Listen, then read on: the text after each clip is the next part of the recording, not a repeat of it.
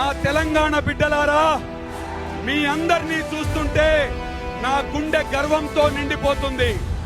ఈ సర్వాయి పాపన్న గౌడ్ రాజుల కొడుకు కాదు, దొరల వారసుడిని కాదు, ఈ నేల మీద కష్టపడి బతికిన సామాన్య ప్రజల బిడ్డను.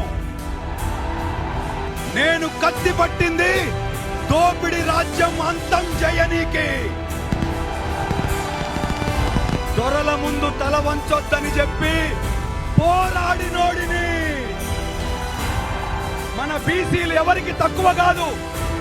ఈ భూమిపై పండించేది బీసీలు, ఈ సమాజాన్ని నడిపేది బీసీలు. నిర్ణయాలు తీసుకునే స్థాయిలో కూడా బీసీలు ఉండాలి.